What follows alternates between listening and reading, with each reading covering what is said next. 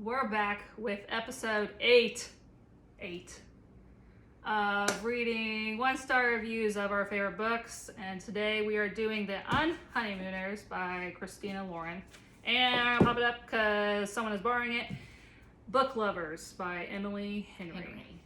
Both books we loved. We read little rom-com, which is not my usual genre of book. I was gonna say it's not mine either, but truth is, yeah. Mine's not, and I'm really picky about mine.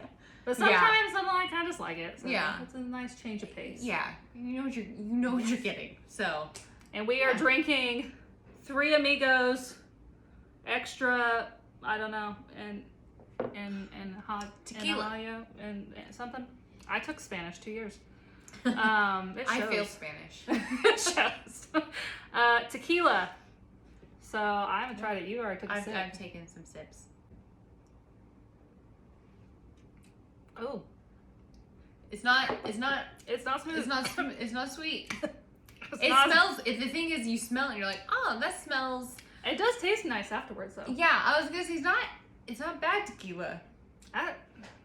But it doesn't. I feel that. Yeah, it smells very like it's gonna be like vanilla-y. And then you're like, oh. And you're like, oh, this is just tequila. All right, we're gonna start with Unhoneymooners, which synopsis, if you've not read it, is we have a twin who her sister's like the perfect golden child, and she's, like the slug.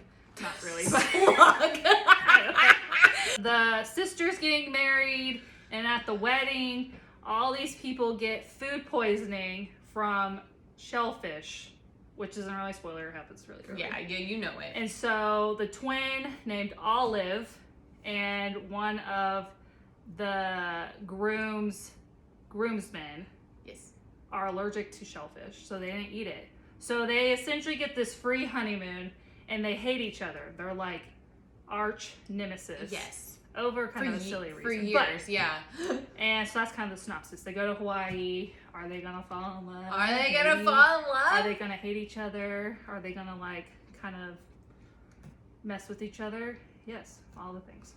So we're gonna start with that one.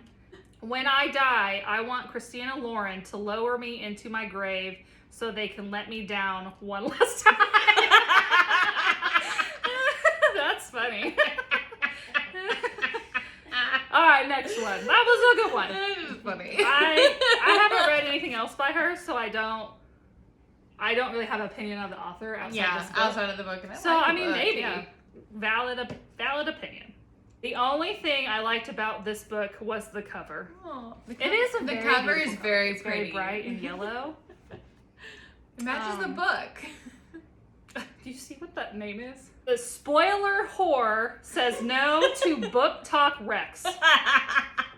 All right. I mean, she knows her niche. Yeah, I'm like, I know exactly what you're about. Yeah. Very brand specific. What you're not about. Yes. All right.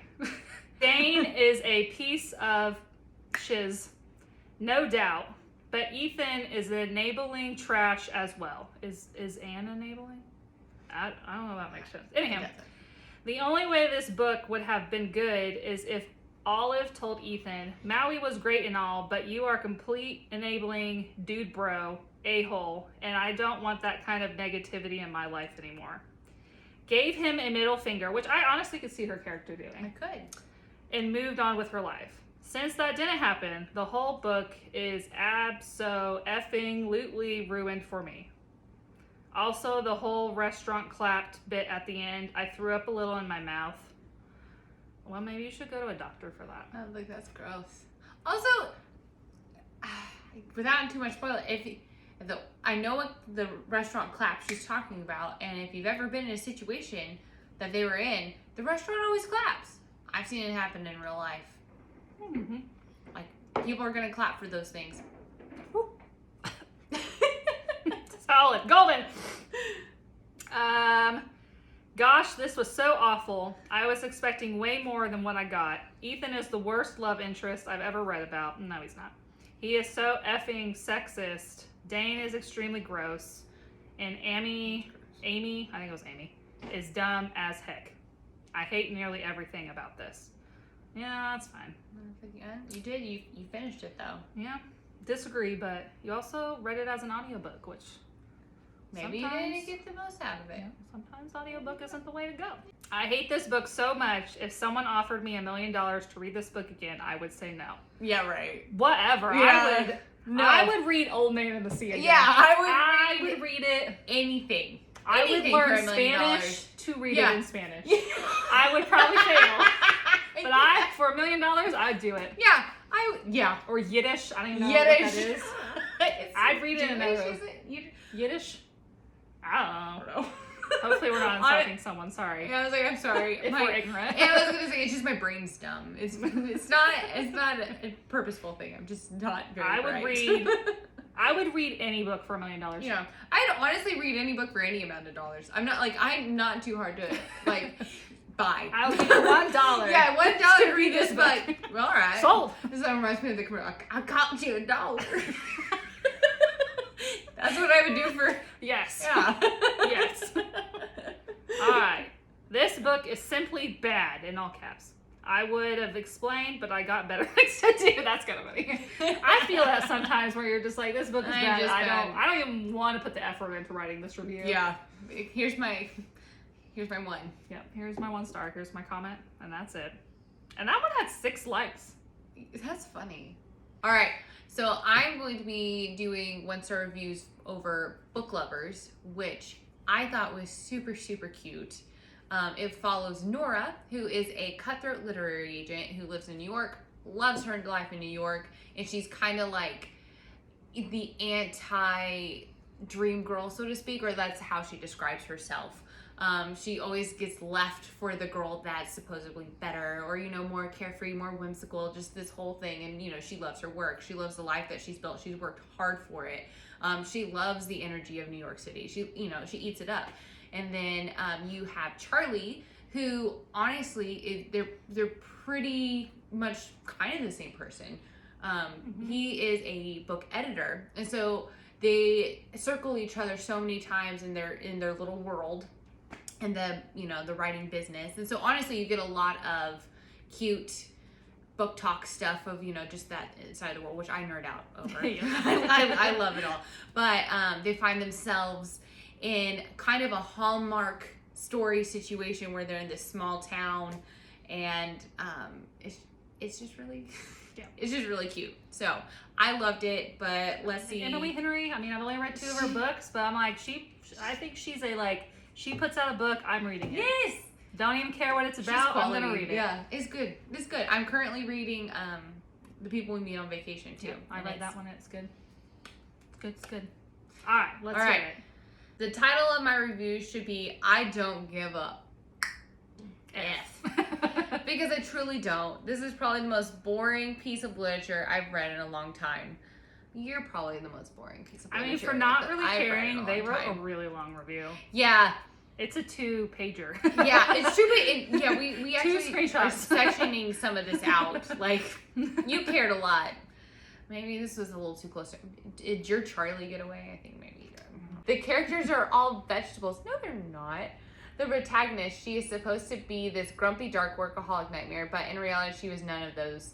I mean, she seems nice and bland in a Barbie, yet everyone was calling her a shark. LMAO. What is this, middle school? Her love interest is worse than her with 0 interesting traits. Seriously, I don't know how it was humanly possible to be this bland. My God, this is the name of broccoli. My God, what is the name of broccoli? Is this guy? That was, my brain kind of hurt reading that.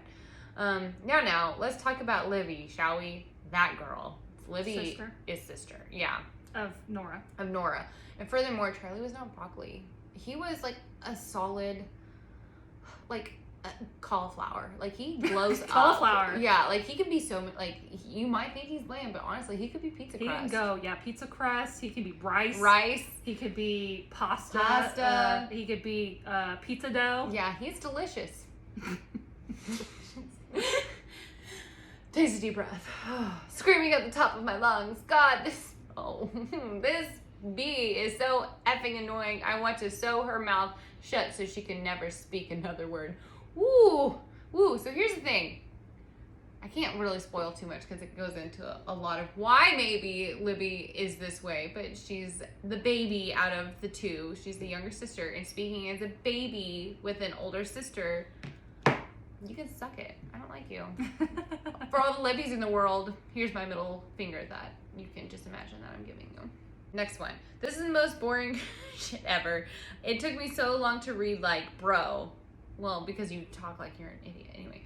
I can't even tell you the plot. It was just that boring. I hated every single character. They were all so annoying, especially Libby. I could not. Why does everyone hate Libby?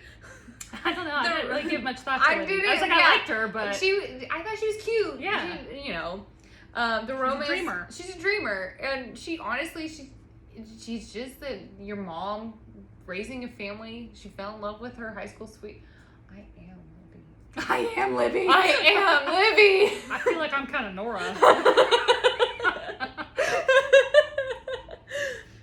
I wish she would. I wish I would have DNF'd. I wish she would have DNF'd for this because then I wouldn't have had to read such a lame review. So, yeah, we're both at a loss here. And it said the relationship between Charlie and Nora was so. It wasn't. Shiz. I loved it.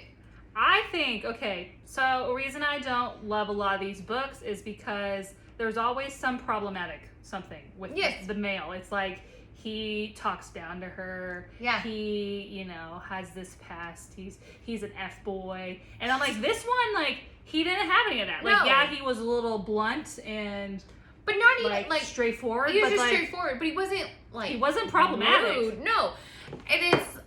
I honestly liked it how, you know, you always have like the opposite attracts trope. Mm-hmm. And then these two are pretty much like the same person. And just I thought it was solid. But yeah, Charlie he's caring. I don't know. He doesn't take baloney. No. But he's not like abusive or any of those. Those really bother me. Yeah. Where the subliminal or like actually talks down to these her. people suck. Controlling, any of those. Yeah. But No, this he's person great. He's loves great. those. And they had some really pretty moments together. So. All right. Sometimes I want to break every single pencil Emily Henry owns in half. Oh. This feeling usually coincides with reading one of her books. Why do you read her books then? Like, if you, that's a good point. If you don't like, if this is how you feel every time you pick up an Emily Henry book. Why do you? Yeah. Honestly, I bet she's laughing at you right now. If I was Emily Henry, I'd be like, oh, sucker. Like, thanks for that money. Yeah, thanks for that money. Like, you're an idiot. Henry's romantic leads have about as much chemistry as I do with my pencils. You really love your pencils, dearie. I see that.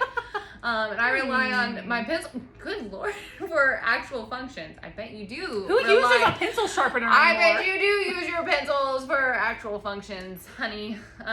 Nora, in lieu of exhibiting a backbone, exchanges irritating banter with a man she claims to hate and makes out with pages later. Spoiler. I mean, you kind of know. You know. Yeah. Yeah.